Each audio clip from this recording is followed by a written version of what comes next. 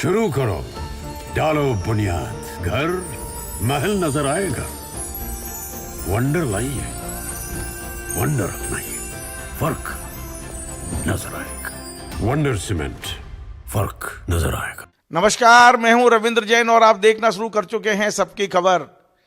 मैं आज आपको जेल से छूटे हुए 2 कैदियों से मिलवाने जा रहा हूं। ये मुलाकात इसलिए करा रहा हूं कि आप समझ सकें कि मध्य प्रदेश की जेलों के अंदर क्या हो रहा है। मेरे साथ 2 ऐसे अपराधी हैं जो दोनों ने ही हत्या के आरोप में पूरी उम्र कैद की सजा काटी है और पिछले कुछ दिनों से जेल के बाहर आए हैं, कुछ दिनों में ही जेल के बाहर आए हैं।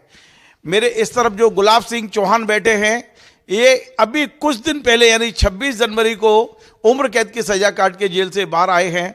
और मेरे इस ओर जो बैठे हैं वो इनके सगे भाई हैं, इनका नाम कमल सिंह चौहान है और ये भी उम्र कैद की सजा काट के 26 जनवरी 2019 को बाहर आ चुके हैं। ये दोनों जुड़वा भाई हैं, इनका जन्म 1980 में हुआ है। जेल के अंदर इन्हें क्या क्या भुगता है आप सुनेंगे तो आपके रोंगटे खड़े हो जाएंगे। मैं चाहता हूं कि मेरा ये वीडियो कैसे भी मध्य प्रदेश के मुख्यमंत्री डॉक्टर मोहन यादव तक पहुंचे और मोहन यादव समय निकालकर इस वीडियो का एक एक शब्द सुने ताकि उन्हें जेल के अंदर की सच्चाई पता चल सके कि आखिर जेल में हो क्या रहा है। इन्होंने दोनों भाइयों ने मुझसे मुलाकात की, मेरा वीडियो देखा, सोशल मीडिया पर मेरे से संपर्क किया और ये चाहते थे कि हमने जो कुछ भुगता है जेल के अंदर आने वाले कैदी ना भुगते हैं, इसलिए अब हमारा कुछ भी हो जाए पर हम जेल के एक एक कहानी अब पब्लिक को बताना चाहते हैं आपके मीडिया के माध्यम से। मैं एक बात स्पष्ट कर दूं कि ये दोनों कैदी रहे हैं, इसमें कोई दो राय नहीं है। ये मेरे इस साइड जो बैठे हुए हैं इनका नाम है कमल सिंह चौहान और ये स्वीकार करते हैं कि इनके हाथ से मर्डर हुआ, किस मजबूरी में हुआ एक अलग बात है। लेकिन इनके जो जुड़वा भाई हैं जो मेरे इस तरफ बैठे हुए हैं, इनका नाम गुलाब सिंह चौहान है और ये कह रहे हैं कि मैं तो केवल इनसे मिलने के लिए थाने पहुंचा था, मुझे जबरन बिठा लिया गया, ना ये घटना स्थल पर मौजूद थे। और आप सोचिए, एक निर्दोष व्यक्ति ने आजीवन कारावास की सजा काटी है। कैसा हमारा कानून है आप अंदाज लगा सकते हैं। आपका बहुत बहुत स्वागत है। मैं पहले छूटे हैं और जो स्वीकार कर रहे हैं कि उन्होंने मंडीदीप में मर्डर उनके हाथ से हुआ था, उन्होंने थाने में सरेंडर किया, एक अलग कहानी है, उसकी उन्होंने सजा भी भुगती है। लेकिन अब वो जो मुझे बताने आए हैं, वो मुझे क्यों तलाश रहे थे, मुझसे क्या बात करना चाहते थे, ये मैं आपको सुनवाता हूं। आपका बहुत बहुत स्वागत है कमल सिंह जी। आप मुझे तलाश रहे थे, क्यों? सब मैं आपकी न्यूज़ें देखता रहता था, सबकी खबर काफ़ी कुछ आप सच जनता के सामने रखते हैं सोशल मीडिया के मार्फत। फिर मैंने आपका नंबर वगैरह देखा, उनके आपसे संपर्क, फिर आपसे मेरा संपर्क हुआ। जेल के अंदर क्या होता क्या नहीं होता मैं सब जनता के बीच में रखना चाहता हूं। जेल अधिकारी किस तरीके से बंदियों के साथ शोषण कर रहे हैं मैं सब बताना चाहता हूं। नहीं तो क्या क्या है जेल के अंदर, क्योंकि हमने जो जेल की व्यवस्था की है, हमारे संविधान ने जो जेल की व्यवस्था की है, उसकी जो परिकल्पना है वो ये है कि हम जेल नहीं इसको सुधार गृह मानते हैं। जहाँ कैदी ने यदि अपराध किया है तो हम वहाँ रख के उसको सुधारना चाहते हैं। हम चाहते हैं कि अपराधी से नहीं, अपराध से घृणा होना चाहिए। आखिर जेल में ऐसा क्या हुआ आपके साथ जो आप बताना चाहते हो लोगों को?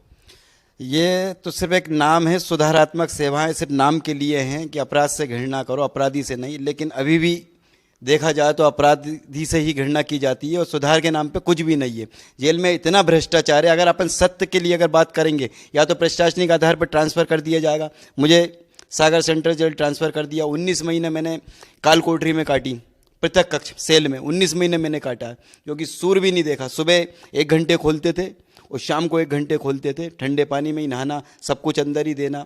बहुत मतलब इतना भ्रष्टाचार है। और अगर उस भ्रष्टाचार की अपन शिकायत करें कहीं भी किसी भी प्रकार की, तो या तो आपको ट्रांसफ़र कर दिया जाएगा या आपकी माफ़ी काटने की धमकी दी जाती है। और एक तो सबसे बड़ी विडंबना यह है कि अंदर मीडिया नहीं है, किसी प्रकार का कोई कवरेज नहीं, कोई चैनल नहीं है। और अगर आप करते भी हो तो आपकी या तो माफ़ी काट दी जाएगी, आपको धमकी दी जाएगी, जेल में मरवा दिए जाएंगे। मैंने बहुत लंबे स्तर से, मेरे पिता ने बहुत लंबी कार्रवाई करी, हाई कोर्ट सुप्रीम कोर्ट तक लड़ा। सोम कुमार साहब के खिलाफ भी मैंने कार्रवाई करी भ्रष्टाचार की। इसके बाद में अपने मिश्रा जी सुप्रिटेंडेंट थे, उनकी भी कार्रवाई करी। उसराज होशंगाबाद पीडी मिश्रा जी, पीडी सोम कुमार साहब और पीडी श्रीवास्तव जी की भी करी। पीडी श्रीवास्तव जी ने मेरे को काफ़ी प्रताड़ित किया, बहुत प्रताड़ित करा, मेरी माफ़ी काट दी। जो आज मैं विलम्ब से लेट छूटा हूँ ये अधिकारियों की वजह से। या तो मेरे को 2014 में रिहा होना था। देखिए, मैं पहले अपने दर्शकों को बता दूं, आपने स्वीकार किया है जी हाँ, कि मेरे- आपसे मर्डर हुआ था, मेरे हाथ हुआ था। और आपको सजा भी मिली है, और आपने सजा पूरी काटी भी है। पूरी सजा आज आपका दर्द इतना है कि आप बताना चाहते हैं कि जेल के अंदर क्या चल रहा है। अच्छा, जेल के अंदर क्या खाना पीना कैसा मिल रहा है? खाना पीना बिल्कुल बद से बदतर, जानवरों से भी बदतर है। जो बजट शासन देती है, सरकार पूरा बजट देती है, लेकिन पूरा भ्रष्टाचार ऊपर से नीचे तक बढ़ता है, ऊपर से नीचे तक भ्रष्टाचार में। यदि मान लीजिए जेल में घर का खाना कोई बुलाना चाहे तो पहुंच सकता है? उसके लिए 2-5 हज़ार रुपये, 10,000 रुपये, 20,000 रुपये अगर आपकी जेब में है तो आप बिल्कुल डनलप के गद्दे पे एसी में सो सकते हैं। और अभी हो रहा है, पैसे वालों के लिए जेल में कोई दिक्कत नहीं है, अधिकारी को पैसे दो। आज कमल किशोर जर्दे की जो पुड़िया 5 रुपये की, वो 1,000 रुपये में, 2,000 रुपये में बिक रही है। राकेश भांगरे भी सुप्रिटेंडेंट है वर्तमान में। मेरे भाई अभी 26 जनवरी पे रिलीज हुए हैं। इस बात को उनसे ही पूछता हूं। अभी अब तो आप 26 जनवरी 2024 को ही छूटे हैं आप, और अभी आप बीच में बोल भी रहे थे कि राकेश भांगरे जी क्या पुड़िया क्या बताना चाहते हैं? 5 रुपए की जर्दे की पुड़िया जो है राकेश भांगरे 2,000 रुपये में बिकवा रहा है जेल के अंदर। और एक ढक्कन जर्दा 500 रुपये का टोकन बोलते हैं उसको, वो 500 रुपये में मिलता है। वही पैकेट कम मात्रा अलग अलग टोकन बना के बेचेंगे तो 5,000 में बिकेगा। और 5 रुपये में मात्र 5 रुपये की जर्दे की पुड़िया 2,000-3,000 तक जा रही है। आपने कुछ ये शिकायत राकेश भांगरे खुद बिकवा रहा है। आपने कुछ शिकायतें कितनी गुलाब सिंह जी? शिकायतें मैंने बोला तो मुझे धमकी दी गई, मुझे आखंड से बाखंड कर दिया गया, और बाखंड में मैं 4 महीने अभी बाखंड से ही छूट के आया हूँ 26 जनवरी 2024 को। और चौके में रोटी बिलवाने वाले बंदियों को चौके में करते हैं, जो निकलना चाहता है उससे 5,000 रुपये, 10,000 रुपये लिए जाते हैं। स्वास्थ्य रक्षक वार्ड एम्बुलेंस जो बंदियों की मरीज सेवा के लिए रहते हैं, उनसे भी 10,000, 15,000 रुपये में वार्ड एम्बुलेंस बनाते हैं। इसके बाद झाड़ू कमान में कर देते हैं, झाड़ू कमान से निकलने वाले बंदियों से भी 10,000, 15,000 रुपये लिए जाते हैं। गोल पे रखने के लिए 20,000 रुपये लिए जाते हैं, 25,000 रुपये लिए जाते हैं। वो कोई जर्दा चरस पकड़ा भी गया, बिकवा ये रहे, लेकिन अगर पकड़ा गया तो उसकी भी 25,000, 50,000 रुपये तोड़ी होती है। और नहीं देते तो उसको मारपीट की जाती है, दबाव बनाया जाता है, उससे पैसे लिए जाते हैं। और ये सारे काम राकेश भांगरे खुद करवा रहा है। जेल अधीक्षक राकेश भांगरे के नेतृत्व में ये सारे काम चल रहा है। सारे काम राकेश भांगरे जी करवा रहे हैं। ये कहाँ ले जाते हैं पैसे? इनके यहाँ छापे पड़ेंगे, सारा पैसा पकड़ा जाएगा। साहब, राकेश भांगरे के निष्पक्ष जांच हो जाए तो 400-500 करोड़ की बेनामी संपत्ति है राकेश भांगरे के पास, बेनामी संपत्ति। राकेश भांगरे की निष्पक्ष जांच होना चाहिए। कम से कम 500-700 करोड़ रुपए का भ्रष्टाचार करा जेल विभाग में। ये पहले कल्याण अधिकारी थे। गुलाब सिंह जी, मेरी जानकारी में मध्य प्रदेश पुलिस जेल विभाग में जो संचालन करते हैं डीजीपी, चाहे वो अरविंद कुमार जी रहे हों, उसके बाद में अभी चावला जी हैं, इसके पहले भी है, एक आध दो को छोड़ दिया जाए, डीजीपी तो बहुत ईमानदार हैं, तो फिर ये भ्रष्टाचार कैसे हो रहा है? तो मैं एक बात कहना चाहूँगा, माननीय जेल महानिदेशक महोदय जो होते हैं वो आते नहीं है, महीने 4 महीने में आते हैं। जेल का भ्रमण कहने मात्र होता है, सभा भवन में संगीत भजन सुन के चले जाते हैं, भ्रमण कभी नहीं होता है। और गुलदस्ता दे दिया जाता है और जेल महानिदेशक महोदय को भ्रमित किया जाता है। और ना माननीय मंत्री जी कभी किसी बाड़ों में घुस के देखा या किसी बंदियों से बात की। इसको कैसे पकड़ा जा सकता है? श्रीमान जी, इसकी निष्पक्ष जांच होना चाहिए। नहीं, जांच तो तभी होगी ना जब कैदियों को अलग कोई पूछताछ करे, इंडिपेंडेंट, उन्हें इस बात का आश्वासन मिले कि उनके खिलाफ कार्रवाई नहीं होगी, तभी तो बोलेगा। वरना आज यदि मैं जाऊं तो जेल अधीक्षक के सामने खड़े रहने पर किसी कैदी की हिम्मत है कि उनके खिलाफ बोलने का? नहीं, जेल अधीक्षक के खिलाफ तो कोई भी नहीं बोल पाएगा। क्यों कि अगर कोई बोलेगा तो उसको या तो प्रशासनिक जेल ट्रांसफर कर देंगे, या माफी काट दी जाएगी, उसको मारपीट करी जाएगी, उसको चौके में या झाड़ू कमान में काम दे दिया जाएगा, उसको प्रताड़ित किया जाएगा, और 4 बंदी और पीछे लगा दिए जाएंगे कि इसको परेशान करो। बाढ़ में भी उसको परेशान करेंगे, फिर मतलब वो आत्महत्या करने पर मजबूर हो जाएगा। फिर यह हाल है जेल के। ये तो बहुत गंभीर बात आप बता रहे हैं कि आत्महत्या कर लेते हैं। जी, सच्चाई ये है कि कई बंदी जिन्होंने आत्महत्या कर चुके हैं, और इलाज के नाम पे कुछ भी नहीं, भ्रष्टाचार के अलावा कुछ गुलाब नहीं। सिंह जी, आप कितने साल जेल में रहे और कौन कौन सी जेलों में रहे? मैं भोपाल सेंट्रल जेल रहा हूँ, सागर जेल रहा हूँ, होशंगाबाद जेल रहा हूँ। होशंगाबाद से वापसी मानवीय आधार पे मैं अपने भोपाल वापस आया हूँ। माननीय एडीजी सुधीर साई साहब ने मेरा बहुत सहयोग करा। एकमात्र ईमानदार अधिकारी थे एडीजी सुधीर साई, जिन्होंने उषा राज को बहुत फटकार लगाई। मेरा हाथ फ्रैक्चर कर दिया गया उषा राज के द्वारा। 2000 मारा था आपको? हाँ, 19 में मारा था आपको? मेरे साथ बहुत मारपीट गई, जिसकी शिकायत माननीय मुख्यमंत्री महोदय तक गई है। हाई कोर्ट तक मैंने शिकायत करी। मतलब आपकी इतनी पिटाई की कि मेरा आपका हाथ फ्रैक्चर हुआ, और इसका और वो भी महिला ने? जी, महिला ने, और उसका एक्सरे वगैरह भी हुए, सारे डॉक्यूमेंट्स है, ऑन रिकॉर्ड है जेल के अंदर। और माननीय जेल महानिदेशक महोदय को भी इस बात की जानकारी, माननीय बाला बच्चन पूर्व में जेल मंत्री हुआ करते थे। आज आप इतना बोल रहे हैं, आपके खिलाफ कोई कार्रवाई तो नहीं हो जाएगी? मैं कार्रवाई से नहीं डरता, क्योंकि मैं सजा काट के छूटा, और निर्दोष होने के बाद भी मैंने सजा काटी है। मुझे झूठा फंसाया गया था केस में, आपने शादी की नहीं की? जी अभी नहीं हुई। मतलब आप तो पूरा जीवन कितने साल जेल में रह चुके जी हैं? मैं 16 साल जेल में रहा हूँ।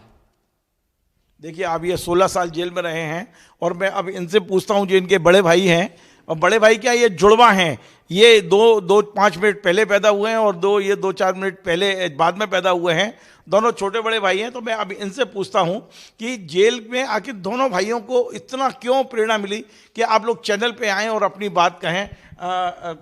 कमल सिंह जी, आपने क्या महसूस किया जेल में, जो किस किस तरह से पैसे वसूले जाते हैं, किस किस नाम से, जैसे जेल अधीक्षक किस तरह से, पूरा नेटवर्क क्या चलता है जेल में? क्या जेल में हमने सुना है कि बीड़ी का बंडल भी पहुंचता है, जेल में नशीले पदार्थ भी पहुंचते हैं, क्या शराब भी पहुंचती है? सब कुछ मिलता है, सब कुछ मिलता है जेल में। चरस, गांजा, शराब, मीट, मटन सब मिल जाता। सिपाही प्रहरी सब लेके आते हैं, हवलदार भी ले आते हैं, और जो स्टॉल लगे वो भी ले आते हैं, बस पैसा होना। और ये सब अधीक्षक के संरक्षण में होता है, पूरा अधीक्षक करवाता, क्योंकि ये सब इकट्ठा पैसा करके अधीक्षक को देते हैं। मैंने नर्क भोगा, मैं चाहता हूं कि जो मेरे बाद जो भी बंदी बेचारे, जिनके परिवार, आदमी कैसे कमा रहा, कहाँ से ला रहा, क्या कर रहा, लेकिन फिर भी इनको तो पैसे चाहिए। आज बीड़ी का बिंडल, सिमी कांड में खंडवा जेल भी रहा हूँ, सिमी कांड मेरे सामने हुआ था और ये अधिकारी और कर्मचारियों की लापरवाही से हुआ। सिमी कांड जो हुआ खंडवा के, सिमी कांड में बता दूं कि सिमी के कुछ अपराधी वहां थे जो फरार हुए थे। हाँ, 2013 में खंडवा का सिमी कांड जो हुआ था मेरे सामने हूँ, और मैं वहाँ मतलब प्रत्यक्ष में वहीं था, जब उस टाइम पे उपस्थित था। 3 नंबर बैरिक में मैं था और 2 नंबर बैरिक से ये लोग फरार हुए थे, और ये सिपाहियों की मिली भगत से हुआ था उसमें। वहाँ पे अधीक्षक की मैं नहीं बोलूँगा, नरेंद्र सिंह जी बहुत अच्छे आदमी थे, नरेंद्र सिंह ठाकुर साहब वहाँ ठीक थे। बाकी जो नीचे अधिकारी थे सब मिले हुए थे, सिमी वालों को मुर्गा ला के देना गेट से पूरा। इसमें मैंने कार्रवाई करने की कोशिश की तो मेरे को बोला कि भाई आप इनके मसले में मत पड़ो। फिर मैं थोड़ा सा शांत हो गया, मैं कि ठीक है, अपने को अपनी सजा काटना है, कोई मतलब नहीं। और वहाँ आरती नहीं होती है, इनका इतना आतंक है, आरती नहीं होती। खंडवा जेल में आरती नहीं होती थी साहब, और यहाँ भोपाल में भी आतंक है साहब। भोपाल में इतना आतंक है सिमी वालों का। और अभी आसिफ आरती का क्या मामला है? आरती क्या डेली वैसे होती है मंदिर में? सुबह शाम वहाँ मंदिर है? जी हाँ, मंदिर बने हुए हैं, हनुमान जी का मंदिर है, माता जी का भी मंदिर है, सब मंदिर वगैरह सभी अपने अपने धर्मों की पूजा पाठ सब कर सकते हैं, शांतिपूर्वक कर सकते हैं। ये नियम शासन की व्यवस्था है। और हमारे पूर्व जो मंत्री देवड़ा जी रहे, आरती क्यों नहीं करने देते? आतंक नहीं करने देना।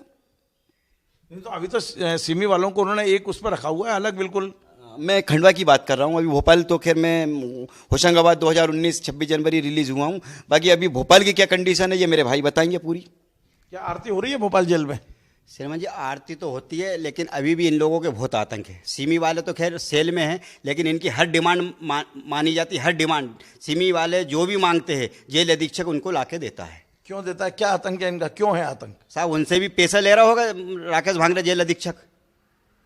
आपको जेल अधीक्षक से, राकेश भांगरे से बहुत दिक्कत है। श्रीमान जी उनने दुकान खोल रखी है, चरस गांजा जर्दे की दुकान खोल रखी है। हर बंदी उनसे पीड़ित है, हर स्टाफ उनसे पीड़ित है, राजधानी में स्टाफ पीड़ित है। राजधानी में कैसे पोस्टिंग करा ली उन्होंने? श्रीमान जी 55 लाख रुपए देके वो जेल पे आए हैं। 55 लाख रुपए देके। आपको ये भी जानकारी है? पूरी जेल को पता है कि 55 लाख रुपए ऊपर देके वो ये जेल ट्रांसफर करा के ये आए हैं। अफवाह भी तो हो सकती नहीं है। अब्बा नहीं, ये बिल्कुल सत्य है, ये बिल्कुल सत्य है। इस बात के कोई प्रमाण तो होते नहीं है कि 55 लाख, पता नहीं कहां से ये आंकड़ा निकाल लिया कि 55 लाख रुपए देके आए हैं। तो फिर साहू साहब जी को क्यों हटा दिया? मनोज कुमार साहू वहां पे आए थे और 1 महीने नहीं रुके और उनको हटा दिया। क्यों हटाया? उनकी तो कोई गलती थी नहीं, उनको भी तो हटाया। क्यों हटाया? 55 लाख रुपए जिसने दे दिए वो जेल अधीक्षक राकेश भांगरे आ गए। राकेश भांगरे कब से हैं जेल अधीक्षक? राकेश भांगरे को 14-15 महीने हो गए अभी। अच्छा, मैं आपसे भाई से ये जानना चाहता था आपसे कि किस किस चीज की क्या क्या रेट है वहाँ? खाना बुलवाना है तो क्या है, वहाँ इलाज कराना है तो क्या है? मान लो आपको यदि प्राइवेट अस्पताल में भर्ती होना है। सर इलाज के लिए भाई साहब मैं बताऊंगा, अभी व्यापम वाले काफ़ी बंद थे और व्यापम की भी मैंने बहुत लंबी चौड़ी कार्रवाई करी थी। और उस टाइम पे डीजी सुरेंद्र सिंह साहब हुआ करते थे, मैं उनको धन्यवाद देना चाहूँगा।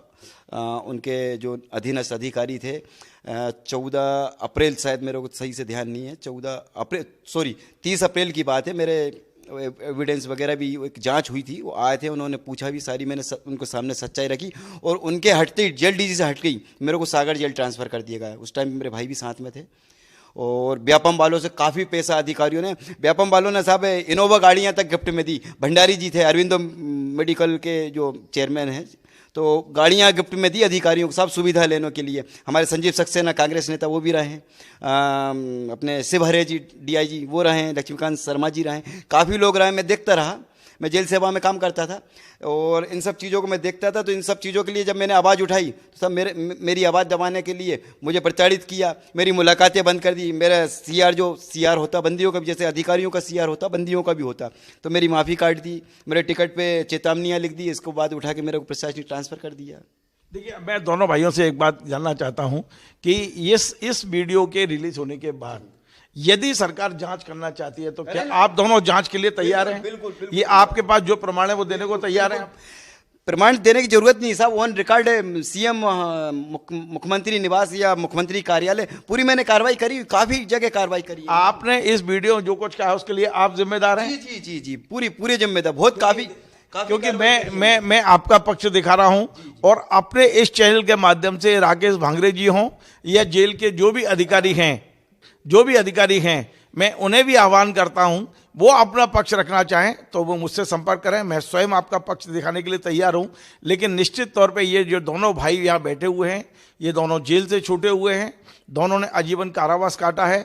ये तमाम गंभीर आरोप जेल के अंदर लगा रहे हैं, जेल को सुधार के रहना बता के नरक बता रहे हैं और बता रहे हैं कि एक बार कोई व्यक्ति फंस वर जाए तो उसको किस तरह से बर्बाद करते हैं, कितना आर्थिक रूप से तोड़ते हैं। ये सारी कहानी ये लोग सुनाने को तैयार है। कुछ और बोलना चाहते हैं? मैं यही चाहता हूँ इसमें जांच होना चाहिए और माननीय हमारे मुख्यमंत्री श्री मोहन यादव जी अभी वर्तमान में जेल विभाग उन्हीं के पास में है, तो उनको इस पे मतलब विचार करना चाहिए और अपने मतलब ध्यान देना चाहिए। आप कुछ बोलना चाहते हो? और मैं यही चाहता हूँ माननीय मुख्यमंत्री महोदय मोहन यादव जी से कि इसमें निष्पक्ष जांच हो और राकेश भांगरे के खिलाफ सख्त से सख्त कार्रवाई हो, क्योंकि राकेश भांगरे जी के पास कम से कम 400-500 करोड़ की बेनामी संपत्ति है। देखिए, आप तो वहाँ चूंकि दुखी रहे हैं इसलिए आप कुछ भी आरोप लगा सकते हैं। मैं अभी छूटा हूँ, मेरे को 26 जनवरी से पहले ही मतलब अक्टूबर नवंबर में मेरे साथ मारपीट की गई। मेरे भाई द्वारा संतोष जॉन डालचंद के खिलाफ कार्रवाई की, सीएम हेल्पलाइन पे डली हुई है। पवन अमर सिंह के खिलाफ कार्रवाई की गई। इसके बाद इन लोगों को कोई कार्रवाई नहीं हुई। इन लोगों पे क्यों नहीं हुई? क्योंकि ये लोग जेल में पैसा कमा के दे रहा है। राकेश भांगरे जेल अधीक्षक को पैसा कमा के यही लोग दे रहा है। चलिए, तो आपने जो पैसा कमा के देते हैं। आपने दोनों भाइयों की बात को सुना है। निश्चित तौर पर ये लोग ढूंढते हुए मुझे आए हैं, अपने मन का दर्द ये कहना चाहते हैं। और एक बात इन्होंने जरूर कहा है कि भाई हम तो जो कुछ भुगत चुके, जो पैसा हमारा खर्च होना हो गया, हमने जो कुछ मतलब एक ने अपराध किया, दोनों ने सजा भुगती है, ये सब हो गया, लेकिन आगे कैदियों के परिवारों को इतना कष्ट ना झेलना पड़े, ये मुहिम इन दोनों भाइयों ने चलाई है। मैं उम्मीद करता हूँ कि सरकार इनकी बात को सुने और यदि इनने कुछ गलत कहा है और सरकार कुछ कहना चाहती है तो मैं वो भी अपने चैनल के जरिए दिखाऊंगा। जेल विभाग कुछ कहना चाहता है वो भी दिखाऊंगा और मैं कोशिश करूंगा आज ही जो चावला जी हैं जेल डीजीपी में उन तक ये वीडियो पहुंचाऊंगा कि वे कम से कम कुछ ऐसा मैकेनिज्म तैयार करें कि जेल के अंदर जिस तरह की लूट मची हुई है इस पर रोक लगना चाहिए। जेल बनाने का जो मेन उद्देश्य है हमारे संविधान में वो सुधार गृह है, ना कि हम प्रताड़ना गृह। इसको प्रताड़ना गृह जो बना दिया गया है जेलों को, ये ना बनाया जाए, इसको सुधार गृह के रूप में बनाया जाए। तमाम सारे प्रयास तो होते हैं, कहानी किस्से होते हैं, किताबें छपती हैं कि जेलों में ये हो रहा है। जेल में 2 चेहरे हो चुके हैं। मैं ये बताऊं, मेरा करीब 35 साल का अनुभव है जेल का कि मैं लगातार रिपोर्टिंग करते जाता रहा हूं जेलों में। 2 तरह के चेहरे जेल के हैं। एक चेहरा वो है जो हम पत्रकारों को दिखाया जाता है, वहाँ भक्ति हो रही है, वहाँ बैंड बाजे बज रहे हैं, वहाँ पर आपने पंडित और कर्मकांडी पंडित पैदा किए जा रहे हैं, वहाँ किताबों की व्यवस्था है, वहाँ पर पढ़ाई की व्यवस्था है। और दूसरा चेहरा वो है जो ये दोनों भाई आज आपको बता रहे हैं कि वहाँ लूट मची हुई है, बहुत बुरी तरह से लूट मची हुई है। हम पहला चेहरा भी आपको दिखा चुके हैं, हम दूसरा चेहरा भी आज आपको दिखा रहे हैं। हम चाहते हैं कि सरकार इस पर पहल करे और जो जेल अधिकारी जिस तरह से लूट मचा रहे हैं, हमने उज्जैन का घटना देखा है किस तरह से उज्जैन में 12-15 करोड़ रुपए जेल के कर्मचारियों से निकाल के अधिकारी खा गए हैं। तो जेलों के सुधार के लिए सरकार को बहुत बड़ी पहल करनी है और यदि आपको मदद चाहिए तो दोनों भाई मदद देने के लिए तैयार हैं कि ये बताएंगे कि कहाँ कहाँ जेल की लूप पोल हैं, कहाँ कहाँ से पैसा जा रहा है, किस तरह से जेल में अव्यवस्था है। ये सरकार को मदद करने के लिए दोनों तैयार हैं। ये दोनों भाइयों के नाम, पते, मोबाइल नंबर भी मैं आज अभी इस चैनल पर नीचे आपको दे दूंगा। कोई भी व्यक्ति इनसे संपर्क करना चाहे तो इनके दोनों के मोबाइल नंबर इनके नाम के साथ मैं दे रहा हूं। आज पहली बार किसी के इंटरव्यू में मैं मोबाइल नंबर डाल रहा हूं ताकि आप सब मिलकर जेल की इस गंदगी को दूर करने में इनकी मदद करें, हमारी मदद करें। आपको हमारा कार्यक्रम पसंद आए, आप इसे शेयर करें, लाइक करें, कमेंट करें और आपसे बार बार निवेदन है हमारे इस चैनल को सब्सक्राइब अवश्य करें। धन्यवाद। महल नजर आएगा, वंडर लाइए, वंडर अपनाइए, फर्क नजर आएगा। वंडर सीमेंट, फर्क नजर आएगा।